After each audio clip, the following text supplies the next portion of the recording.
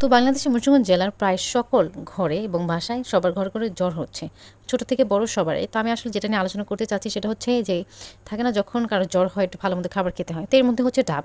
আসলে আমি আজকে ডাব কিনতে গিয়েছিলাম, মানে আমার বোনের ছেলের জন্য আর কি।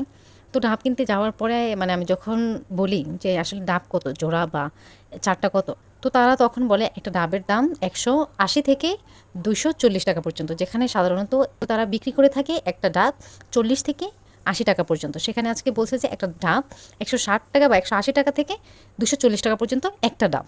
মানে আমি হতাশ হয়ে গেছি, কারণ একটা ডাবের দাম এত টাকা হলে যে সবার তো আর সামর্থ্য থাকে না সব কিছু কেনার, বা আমি হিমশিম খেয়ে গিয়েছি। আমি যখন ডাব কিনতে গিয়েছি, আমার তো আসলে বাংলাদেশের মানুষ এরকম যে কারোর সমস্যা হলে সমাধানে যাবে না, তখন তার উল্টো কী করবে, সব কিছু দাম বাড়িয়ে দেবে।